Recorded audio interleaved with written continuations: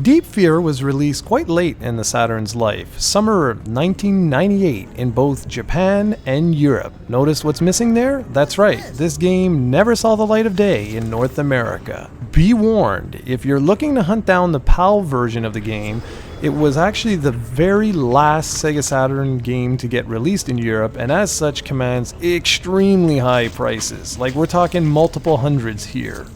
When the choice was made that Resident Evil 2 wouldn't be making its way to the SEGA Saturn, Sega said, screw this, we're gonna make a better Resident Evil. That's the rumored story anyway, and whether or not it's true is open to debate.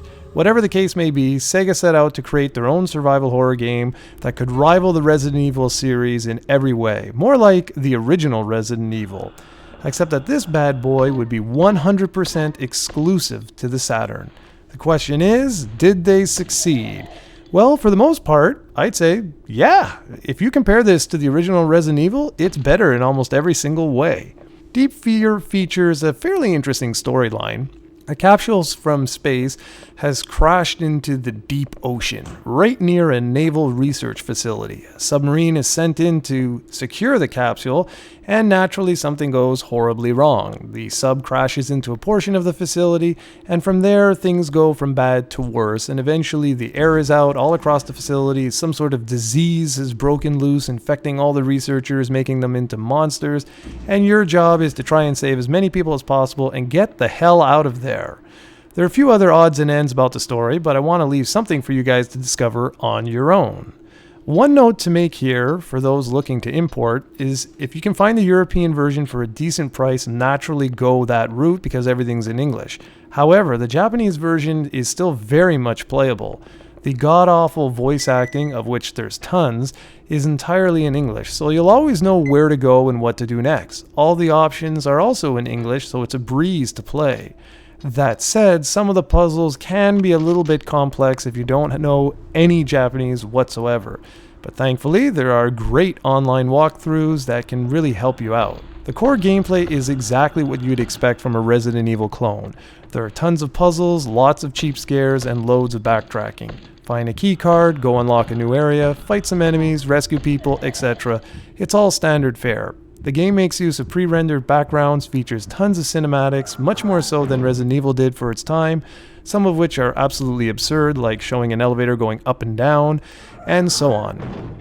Thankfully, those cutscenes can all be skipped. Load times are much more acceptable than the very first Resident Evil, and overall, the game looks quite a bit nicer than Resident Evil did at its time. Although keep in mind, this was released in 1998. The game also makes full use of fixed camera angles and the classic tank controls. It does make some fantastic gameplay improvements though over the original Resident Evil, so much so that it boggles my mind why Capcom didn't copy these settings for their flagship survival horror series like right away. For one thing, Deep Fear makes full use of the Saturn's 6-button controller. You have immediate access to your map, you can throw a grenade without having to go into your item screen and equip it, and you can do the same for healing items. You just have real-time instant access. The best addition is that you have the ability to run while shooting. How amazing is that? Pressing the R button will draw your weapon, but you don't need to keep it pressed. You can go ahead and run, walk, whatever, all with your weapon drawn. It's such a simple yet incredible addition to the standard formula. There's also an aim button so you can lock on to enemy targets. Another major gameplay difference between Resident Evil and Deep Fear is that this game takes place completely underwater, much like BioShock did much later on. Being underwater is fine and all, but when the oxygen system is on the fritz, things get a little bit scary. You're constantly having to worry about finding special panels which recharge the room or area's oxygen level. The problem is the oxygen doesn't stay for long, so there's this nice big counter on the screen to let you know exactly how much time you have left in that area. With oxygen, that is. You have the option to shut this off, and then in-game visual indicators will let you know when it's time to recharge the area, but not me. I want to know exactly how much time I have left. This constant pressure always keeps you on your toes because not only do you have to contend with the creatures, but you also know that you're always running low on oxygen.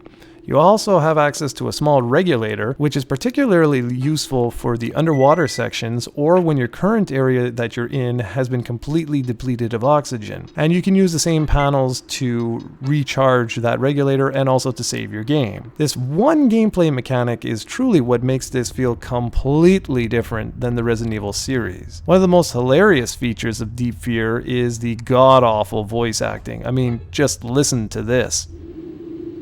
Mayor, we've got a serious situation. What's the problem? A while ago, the Sea Fox, which was just getting ready to depart, crashed into the Navy area.